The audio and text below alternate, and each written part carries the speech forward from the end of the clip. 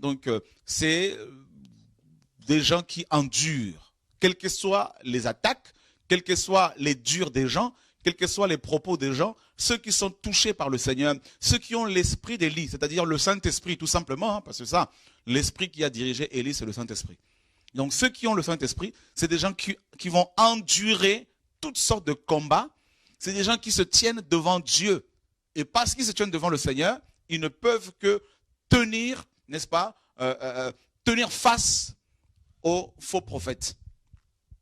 Si Élie ne se tenait pas devant Dieu, il n'allait pas tenir ferme tenir ferme seul face à 850 faux prophètes. Donc, vous voyez, le secret d'Élie, c'est ça. Il se tenait d'abord devant Dieu. Il se présentait devant Dieu. D'ailleurs, il le dit devant Akab. Le Yahweh des armées, en la présence duquel je me tiens. Donc, parce qu'il se tenait devant Dieu, il pouvait se tenir facilement devant Akab, un grand roi, et lui dire la vérité. Contrairement aux faux prophètes, qui, quand ils se retrouvent devant les grandes personnalités, ils ne disent plus la vérité. Ils ont peur de parler. Ils changent de message, ils commencent à trembler. Pourquoi? Parce qu'ils ne se tiennent pas devant Dieu, ils se tiennent devant l'argent. Ils se tiennent devant les écrans d'ordinateur. Ils ne se tiennent pas devant Dieu, dans la présence de Dieu. Voilà, mes amis, une des caractéristiques du service d'Élie, de l'appel d'Élie, de la présence de Dieu dans la vie d'un enfant de Dieu. C'est se tenir devant le Seigneur pour se tenir devant les hommes. Si Élie a pu remporter cette grande victoire face aux faux prophètes, c'est parce que son secret était la prière. Il se tenait devant Dieu. Donc là, on ne cesserait de le dire. Ensuite, on a compris, on continue dans... Si vous commencez à vous adoucir dans le mauvais sens, parce que les gens vous trouvent durs, parce que vous aimez le Seigneur et la vérité, vous allez perdre l'onction de Dieu. Vous allez perdre l'approbation du Seigneur. Ne laissez personne vous sortir de votre appel. Sous prétexte qu'il faut devenir, il faut l'amour. L'amour, oui, mais l'amour avec la justice. Voyez? Et on nous dit que Élie était un homme, mes amis, on nous dit qu'il était de Galaad. Galaad signifie dur, rugueux. Il faut de la rigueur. Voilà. Un homme de Dieu, un prophète est un homme de rigueur. C'est pas, mes amis, s'il n'y a pas de compromission. C'est pour cela que ce sont des hommes solitaires. Parce que même s'ils se retrouvent au milieu d'une multitude, tout le monde finira par partir. D'ailleurs, sur Jésus, la parole nous dit dans Jean 6, on disait de lui, cette parole est dure. Qui peut l'écouter? Vous voyez, la croix, c'est dur la croix. Et le Seigneur se retrouvait seul. Paul disait, tous m'ont abandonné. C'est normal qu'un prophète se retrouve seul. D'ailleurs, parce qu'il est prisonnier de Dieu, Dieu va lui imposer la solitude. Jérémie disait, je suis un homme seul. Vous voyez? Et c'est ça qui est puissant, c'est ça qui est glorieux. Donc, vous voyez d'abord les trois premiers. Mais il arriva qu'au bout d'un certain temps, le torrent tarit parce qu'il n'y avait point eu de pluie dans le pays. Alors la parole de Yahweh vint à lui en disant, lève-toi, va à Sarepta, qui appartient à Sidon, et demeure là. Voici, j'ai commandé là à une femme veuve de t'y nourrir. Donc vous voyez, quand Élie arrive chez la femme veuve lui donnait un premier repas, mais en fait c'est Élie plutôt qui l'a nourri par la suite. Parce que Dieu a utilisé cet homme pour bénir cette femme. Et qu'est-ce que nous comprenons?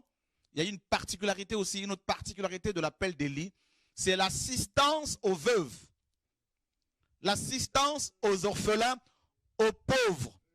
Parce que cette femme était non seulement veuve, mais elle avait un enfant qui était orphelin. Donc, si toi, tu es appelé à dénoncer Babylone, montre-nous aussi comment tu soutiens les veuves et les orphelins.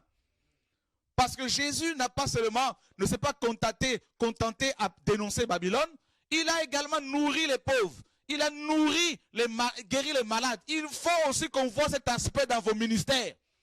S'il n'y a pas ça, fermez vos sites. Fermez vos ministères de canapé. Nous les fermons au nom de Jésus de Nazareth. Voilà. Je dis bien, nous sommes sur le mont Carmel. S'asseoir sur son canapé pour parler. Nous sommes fatigués. Nous voulons voir les veuves que vous nourrissez. Nous voulons voir les orphelins que vous nourrissez. Nous voulons voir les aveugles qui voient par vos impositions de mains. Nous voulons voir les sourds qui entendent par vos prières. Nous sommes en guerre. Nous sommes sur le mont Carmel. Mes amis, la vérité va triompher. Le peuple qui boite aujourd'hui connaîtra qui sert Dieu et qui ne le sert pas. Ce n'est pas le pentecôtisme qui sauve. Ce n'est pas le baptisme qui sauve. Ce n'est pas l'église romaine qui sauve. Ce n'est pas, mes amis, les églises de réveil qui sauvent. Ce n'est ni Chora, ni qui que ce soit. Nous voulons voir, le peuple veut voir Dieu. Le peuple veut contempler la gloire de Dieu. Parce que, vous allez voir plus loin que le peuple, à cette époque, boitillait. Le peuple était dans la confusion parce qu'on disait au peuple que Baal était Dieu. Et on va voir, mes amis, aujourd'hui également, qui est le Dieu de la Bible, qui est le Dieu qui guérit, le Dieu qui sauve. Au nom de Yeshua. Alléluia. Je sais qu'il y a des appels là, les frères et sœurs commencent à appeler, l'évangile va être annoncé, frères et sœurs. Vous savez, je vous dis souvent que vous avez affaire à un fou. Je me définis comme un fou, le fou de Jésus-Christ. Voyez mes amis, nous ne voulons pas attaquer qui que ce soit, nous voulons défendre la sainte doctrine. Dieu m'a dit, va et parle. Et je parlerai pour honorer mon Père céleste. Pour que les chrétiens voient.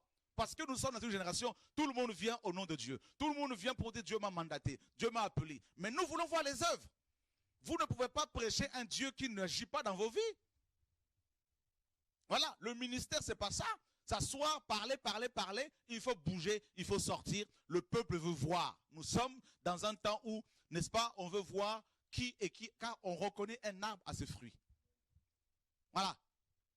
L'évangile, ce n'est pas seulement les blablabla, un tel a fait ci, un tel a fait ça, un tel est sorcier. Si là-bas c'est la sorcellerie, toi qui as le Saint-Esprit, montre-nous tes œuvres.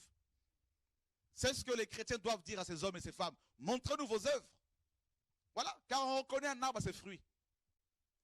Le Seigneur a dit aux envoyés de Jean-Baptiste, les aveugles voient, les sourds entendent, les morts ressuscitent, les lépreux sont purifiés, l'évangile est annoncé aux pauvres. Allez dire à Jean ce que vous avez vu. Voilà l'évangile. Dieu n'a pas changé chrétien. Nous ne prêchons pas un Dieu religieux. Nous ne prêchons pas un Dieu, mes amis, comment dire, qui n'agit pas. Nous parlons de Jésus-Christ de Nazareth qui est vivant, qui agit, qui parle, qui sauve, qui guérit, qui réveille les morts. Voilà le Dieu que nous vous présentons. Nous ne mettons pas l'accent sur les miracles. Nous parlons du Dieu vivant. Dieu a dit au commencement que la lumière apparaisse. La lumière, mes amis, est arrivée. Il y a la parole qui est sortie et il y a eu la lumière, la manifestation concrète de la parole. Voilà. C'est ça l'évangile. C'est ça que les frères et sœurs veulent vivre. Vous ne pouvez pas dire à une personne qui a un cancer, voilà, mais cet homme-là, c'est Babylone, cet homme-là, oui, mais après, la personne vous dira, d'accord, mais guérissez-moi. Votre Dieu vous a dit dans la Bible, il faut guérir les gens. Ben guérissez. C'est ça l'évangile. Il faut l'équilibre. Il faut l'équilibre. Il faut que les frères et sœurs soient correctement enseignés. Et c'est ça l'évangile. Et ne dites pas, c'est de l'orgueil. Ce n'est pas de l'orgueil. C'est l'évangile tout simplement. Voilà. On le lit, hein. Quand on lit l'histoire d'Élie, comment Élie, mes amis, à un moment donné, s'est moqué même, mes amis, des prophètes de Baal. Parce qu'il avait l'assurance. Parce qu'il connaissait son Dieu.